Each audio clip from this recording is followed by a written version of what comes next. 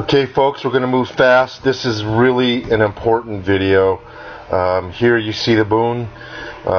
This shows you the traditional and classic incline and decline of its orbit along with the phases. You notice that the incline and decline is narrowly constrained to about a 5 degrees on either side of the ecliptic for a maximum of 10 degrees for decades, for actually almost a century. We've noticed that the moon and Venus are always quite close together. They maintain an ecliptic alignment periodically. Every quarter moon and crescent moon, when Venus is up and in the right place, you can see that the moon has traditionally maintained this tight vacillation between north and south of the ecliptic. All of these alignments that we're showing you are recent. Wikipedia, the next to last sentence, shows you that the incline is about 5 degrees. It can vary down to 5 degrees south, so you're looking at a total variation of 10 degrees. This table, I really don't know what to make much of it, but it sure correlates with what we have seen in the last week or two. Notice the center column shows you the degrees position of the full moon. Notice it maintained a very tight and narrow incline and decline. Really rarely varies, but look what happened from July to August, and this really correlates with what we had been seeing. A huge shift in its position in the sky. It will be in Aquarius on the 21st. You want to probably take your binoculars out and look for any suspicious objects that are red on the ecliptic at that time. Doesn't mean the moon's going to be on the ecliptic. I'm not sure what to make of this table other than the change seems drastic and sudden, but so did our observations with our naked eye. If you need to go out tonight and look and see just how far south the moon will set tonight. Venus will be setting right on the traditional ecliptic.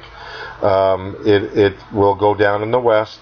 You'll see the moon. It'll look really far south, but come back at 1 a.m. You really do need to set your alarm. If you can't stay up, you need to go out and watch the moon set and see just how far south the moon is setting. With the Earth axis progressing away from the sun and the planets in the ecliptic should be going south. What's the moon doing way down there already? Our opinion is something is affecting the moon. We don't think it's a coincidence that it's an equatorial alignment that's happening at the same time. We don't think it's an accident that these earthquakes, if you've tracked them, we've had clusters and clusters of 4 and 5 pointers that preceded the cluster of 6 pointers that then preceded the major event in New Zealand, and I don't think we're through with that. So really, folks, when you see how far south the moon is tonight, you will get the picture. We've made some calls to some people that should know about this, and we got the phone hung up in our ear. I really don't want to mention names or organizations, but nobody really has any comment. So this is a survival video. We're going to move quick to try to get all the information in. We're worried about grid failure. When grid goes down for more than 14 days, you have to worry about our nuclear power plants. So, you know, it's not going to hurt you to pick up some potassium iodide to help protect your thyroid from radioactive cesium and radioactive iodine. It will compete with those minerals, and even regular cesium chloride, you can buy it as a salt. It's really not advertised as human consumption, but people use it in cancer treatments all the time. And get your hands on some. You might be glad you did. Of course, water's going to be an issue. You don't want to have to dig through wet soil to try to get down to this. You're really going to want to have your own water supply. Catching rainwater is an idea. It's not a perfect solution, but if you can collect rainwater and you can start out with a good water supply, you just might be sustainable. And none of us have a lot of money, so the cheapest way to store water is through waterbed mattresses. This one holds 250 gallons. That's quite a bit. If you don't have a frame, of course, you don't want to overfill and bust the seams. You can actually transport water, and you can get an airbed like this, so you can fill it up with water. Again, don't overfill. This one holds about 150 gallons, and that's a pretty good start. I mean, these things only run $30, $35. That's pretty damn good, considering the $600 and $1,800 that you'll spend on a true rainwater catchment. If you're bugging in and you're not on the coast, you're not in the desert, and you're not near a power plant, and you decide to stay home, you can cut off your spouts so that you can fit a barrel under them. You can use a tub. You can use anything that can hold water, buckets, what have you. Of course, you'll treat your water. You will be treating it with a filter, and you can make your own filter quite easily, layering in sand and gravel. You don't really need the gravel. You can do layers of sand, charcoal, sand, and charcoal. Cheesecloth is nice at the bottom to kind of filter out the particulates, but a water filter is really helpful for removing sulfur and harmful minerals, chlorine, aluminum, things like that. And you can make your water filter as big as you want, depending on how big your container is. You can use buckets. You can use anything that you are able to layer and pass water through.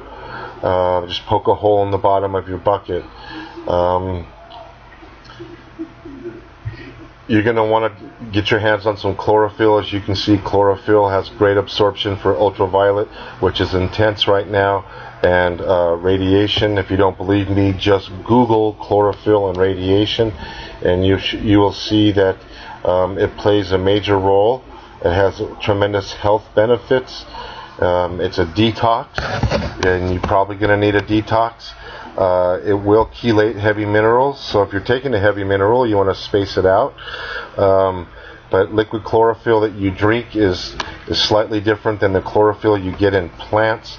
The liquid chlorophyll has copper in the center versus magnesium in the center of this very large, complicated molecule. The chlorophyllin is really what it's called. It's actually the component of the blood used by all invertebrates in the ocean. So it's an artificial blood, and really good for people with anemia. Plagues, you got to worry about plagues, of course. And here's some more potassium iodide. But for plagues, you're going to really want to look at colloidal silver.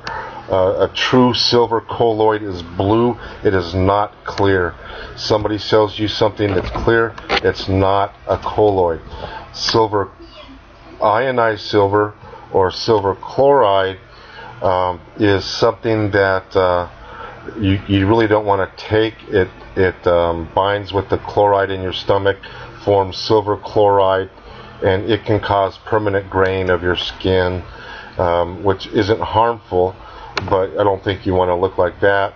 Also, silver chloride is not as bioactive as other things, as the colloidal silver.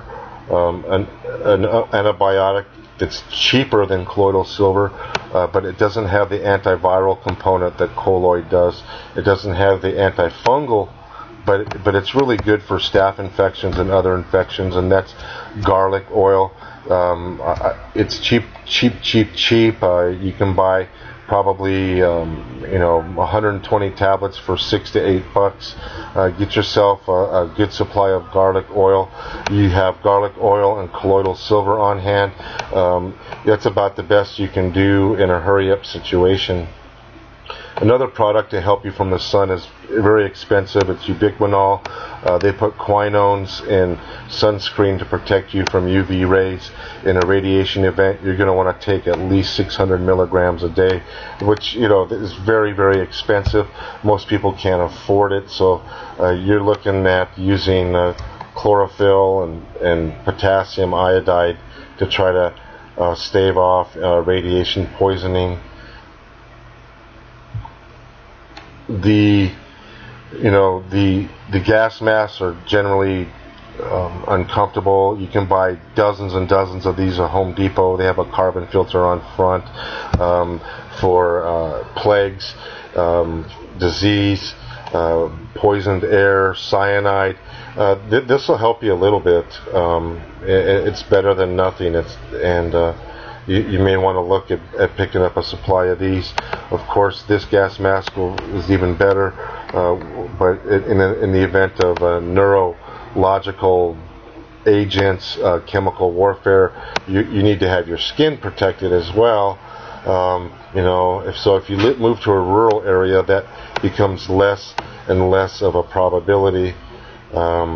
For all your survival supplies, if you want to get gas masks, we are recommending the Sportsman Guide. They have an online catalog. You can see they're very cheap, and a lot of their stuff that they offer. We've been very happy with this company. They have never let us down. They ship rather quickly, and quick is really, I think, in order. If you go out tonight and look at the moon, again, you can catch your own rainwater, but you're really going to want to have a supply that's already ready to go. If you store in these, remember you'll have vinyl in there. You're still going to have to filter, but there's so many ways to collect water if you're in a good environment. Food, again, you want more bang for your buck. You can get yams very, very cheap. I recommend Costco or something similar where you can get large cans for very cheap and large bulk items. This is great. It has lots of minerals and vitamin A for additional calories and protein. I don't think you're going to do any better. I buy these huge tubs of peanut butter. They have lots of calories in the oil and a great protein source. Also, you need to look at refried beans. Don't get the ones with lard in them because you're going to need every calorie. You can get a great source of B vitamins, iron, fiber, carbohydrate, and vegetable protein. And between these three items, the yams, the beans, and the peanut butter, you literally $60 will get you a month supply of food. So that's pretty darn good. Things like rice and dried beans are even cheaper, but if water's in short supply, good luck in boiling your rice. So basically, that's going to wrap it up for now. I'm really, really encouraging you to go look at Venus early tonight and then the moon late tonight, and you tell me if that moon sitting so far south is normal to you. I strongly implore you to keep your gas tanks topped off. Keep an eye on the filaments of the sun. If you have an earth-facing filament, let go. It's a good time to take a vacation. Get moving. I'm really telling you and imploring you to get